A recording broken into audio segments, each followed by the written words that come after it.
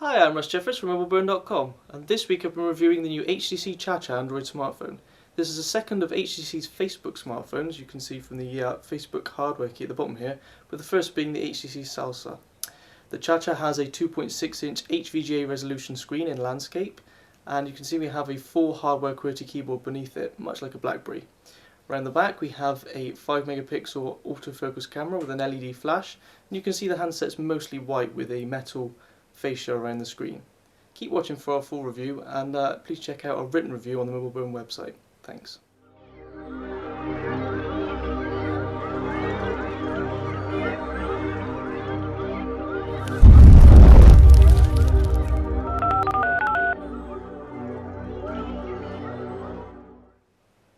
Okay, so I'm firstly going to show you around the ChaCha's hardware and accessories. You can see it's a quite handsome device in this sort of white finish with the silver fascia around the display and the keyboard, and also the silver piece on the back. This matches in with the accessories that come in the box. As you can see here, we've got these two parts, which are a UK plug, because we're in the UK, and the main part of the charger, and they just basically clip in together like so. And you can see on the back of this part of the charger we've got a USB port.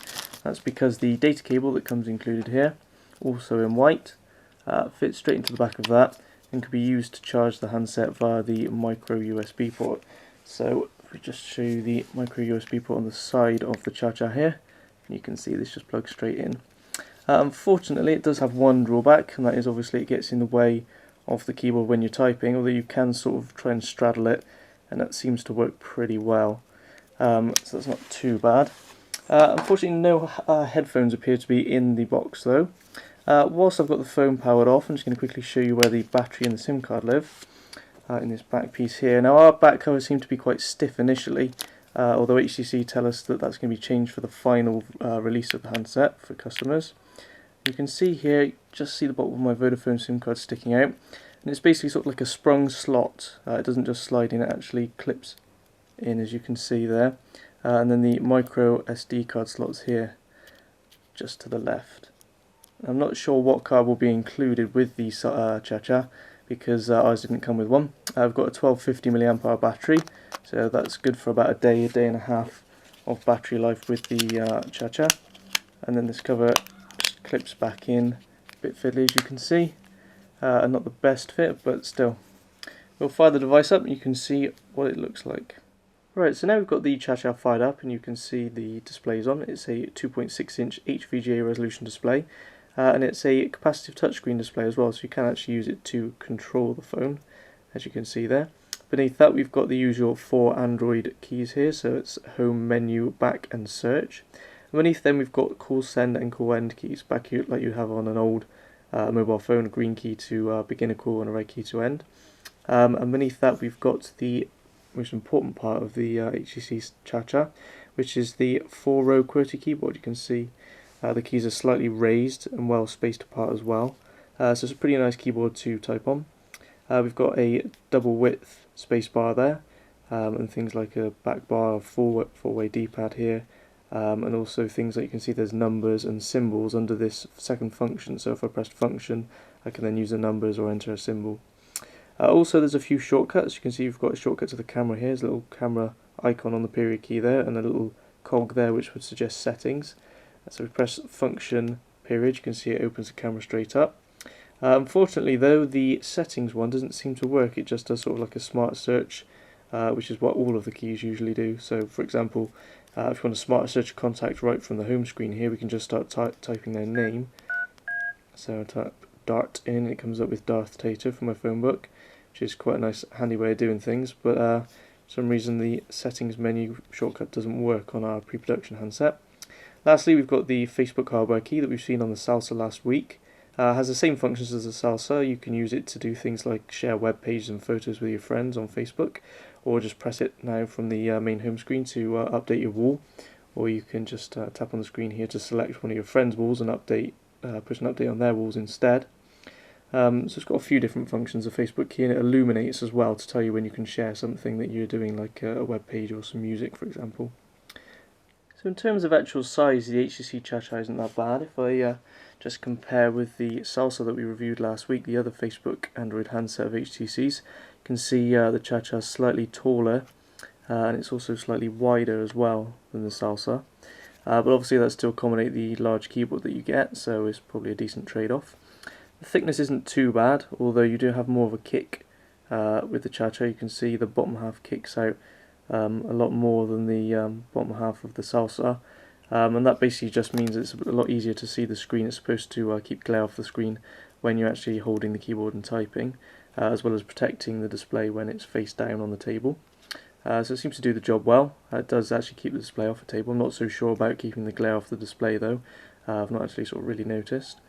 But either way, you know, it's not a bad sized handset. Easily goes in a pocket, and it's thin enough that you don't really notice it throughout the day.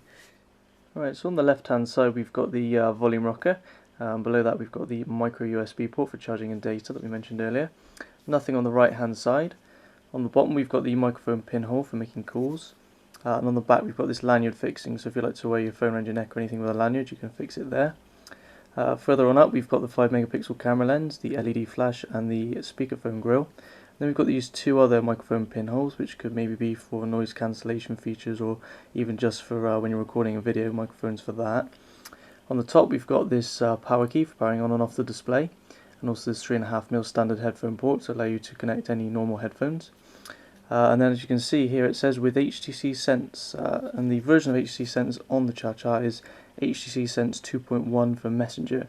So it's a slightly new version, rather like the Salsas, but just optimised for a landscape screen that you can see here. Rather than defaulting to the central pane of HTC Sense when you press the home button, this one always defaults to the most leftward panel. And you can see we get the usual 7 screens that we had before. Although if you don't use anything, it actually takes the screens away. So if we pinch to zoom out, you could see we've actually only got 6 screens. But if I go to this one and add a widget, so let's select, for example, maybe the calendar, and we'll go for that nice big widget there. You can see it's now added an extra screen. So if I pinch to zoom out, you can see there's now 7 screens, which is the maximum. If I take that widget away and then take widgets away from the other screens, it'll actually just take away the screens, so you've only ever got one spare screen with this plus logo on it. So if you feel your phone's running a bit slow, you can take away some of the screens to help speed it back up, which is quite neat. You can see we've got the usual sort of widgets like the clock and this friend stream bit at the bottom here, and then different things like we've got app shortcuts down the side. All this is user customizable, as are all the other widgets like the music player and different things like that. And you can see on the main home page here we've got this all apps key on the left hand side, and on the right we've got this personalized key. There's no phone button because you can just use the call send key to bring up the dialer, and then obviously you can just dial using the number part of the keypad here. But going into the all apps menu, you can see we've got sort of more light and airy feel to this menu. Sort of it goes to light grey as opposed to the dark bar that we get on the main home screen. Makes it feel a bit nicer. And you can see we get this scroll bar down the side. This is usually along the bottom in HTC's other Android handsets, but obviously because the screen's a different way around on the ChaCha, we've got it on the side. And this just allows you to subset your apps by frequently used apps and downloaded apps, which makes it easier to find them. And you can see you've got the usual scrollable list of all your apps down here as well. So it's pretty easy to use. You get all the usual apps. You can see you've got HTC's Books application. We've got usually the calculator and the calendar, and we've got things like Facebook, like you'd expect to get, Gmail, HTC Hub, Maps, Google Maps with navigation as well. You can see navigation there, a mirror. No flashlight again, much like the Salsa. For some reason they've left a few of the usual apps out, but we've got usual Peep and places. So you've got Twitter integration and stuff in the handset, which is quite nice. One thing to note though is that some third-party apps, much like this speed test app, we just open it up. Because of the screen being fixed in landscape orientation, you can see the app opens up sideways, so you've got to turn the phone on its side, and there's no way to actually get it to work the correct way up, which is a bit annoying. Might be something worth bearing in mind if you use a lot of third-party apps from the Android market, but otherwise it might not be too much of a problem if you don't. You can see we've also got the Wi-Fi hotspot feature, which is very, very handy. Google Talk, so got a bit of instant messaging on there as well, and then things like YouTube and voice search and things as well.